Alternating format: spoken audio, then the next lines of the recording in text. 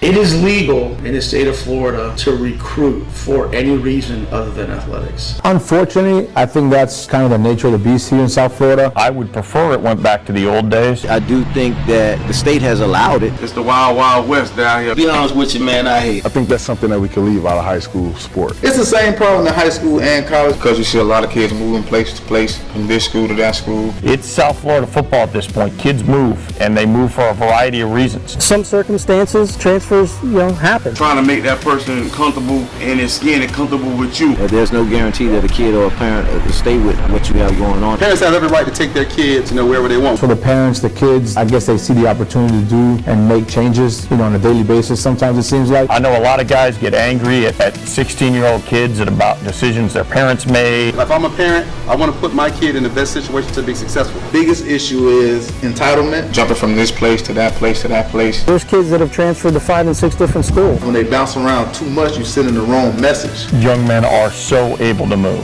If you don't like something, you leave, you change it, which is fine. Kids are entitled to their own opinions. First thing I ask them, why did you leave? And they don't really have a solid answer.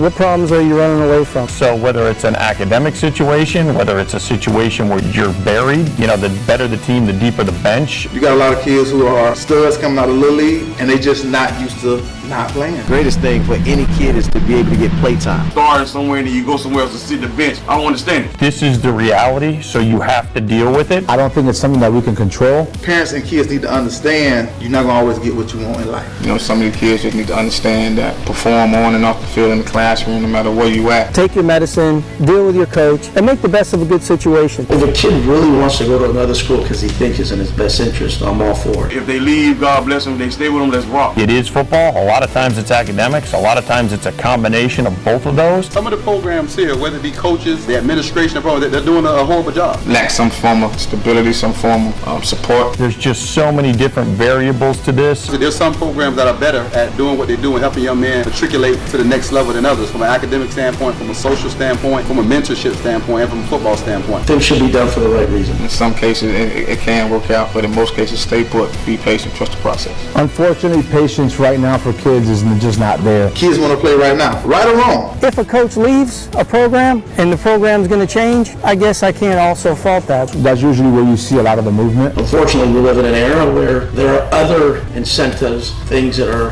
offered or given to kids that go to another school. There's schools all over the place here that play that game. Like I ask these kids when they transfer, what are you chasing? I think kids are chasing state championships and not willing to build. If rings didn't mean that much to you, get your senior ring. I tell people all the time, build your program. Make sure you solidify your program. Do your best to make sure that you can finish at the place you started.